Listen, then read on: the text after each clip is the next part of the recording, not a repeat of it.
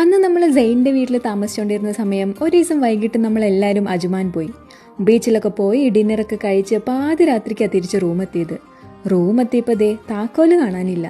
ആൾക്കൊന്നും ഇതും spare keys ഉള്ളതാ. പക്ഷെ എല്ലാവരും ഭദ്രമായിട്ട് അത് റൂമിനുള്ളിൽ തന്നെ വെച്ച് സെയിൻ്റെ കീ വെച്ച് ലോക്ക് ചെയ്തിട്ടാണ് നമ്മൾ പോയത്. ഈ പാതിരാത്രിക്ക് ഇനി എന്ത് ചെയ്യാനാ? പട്ടി ചന്തക്ക് പോയ പോലെ ഞാനും പൊയ്യാപ്പിളയും ഒന്നുകൂടി ആ ബീച്ച് വരെയൊക്കെ പോയി കുറച്ച് മണലൊക്കെ അരിച്ച് പെറുക്കി തിരിച്ചു വന്നു. സെയിൻ അപ്പോഴേക്കും വാച്ച്മാനെ വിളിച്ചു നോക്കി. ഓൻ്റെ കയ്യിലും സ്പെയർ കീ ഒന്നുമില്ല. പിന്നെ ഞങ്ങളുടെ ദയനീയാവസ്ഥ കണ്ട് ഓൻ വന്ന് ലോക്ക് അയച്ചു തന്നു. ഈ ഒരു അനുഭവം ഉള്ളതുകൊണ്ട് തന്നെ നമ്മൾ പുതിയ അപ്പാർട്ട്മെൻറ്റിലേക്ക് മാറിയപ്പോൾ ഞങ്ങളൊരു സ്പെയർ കീ സെയിൻ്റെ കയ്യിൽ കൊടുത്തിട്ടുണ്ടായിരുന്നു. മിസ്സായി പോയാൽ അവൻ്റെ അടുത്ത് പോയി വാങ്ങിയാൽ മതിയല്ലോ.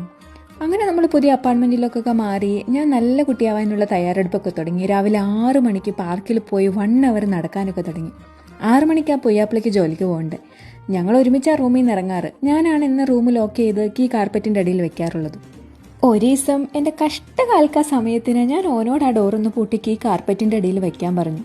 ഓൻ ഓഫീസിലും പോയി. ഞാൻ പാർക്കിലൊക്കെ പോയി നടന്ന് വിയർത്ത് കുളിച്ച് ആ പാർക്കിൻ്റെ സെക്യൂരിറ്റി കാണാതെ കുറച്ച് മുല്ലപ്പൂവൊക്കെ പറിച്ച് റൂമെത്തി. കാർപ്പറ്റ് നോക്കിയപ്പോൾ കീ കാണാനില്ല. ചേട്ടൻ അതും പോക്കറ്റിലിട്ടങ്ങ് അബുദാബിക്ക് പോയി. ഫോൺ പിന്നെ ഞാൻ റൂമിൽ നിന്ന് പുറത്തിറക്കാറില്ലല്ലോ. അതുകൊണ്ട് ആരെയും വിളിക്കാനും വഴിയില്ല. ബാക്കി കഥ ഇതിൽ ഒതുങ്ങുന്നില്ല. Second party പറയാവേ.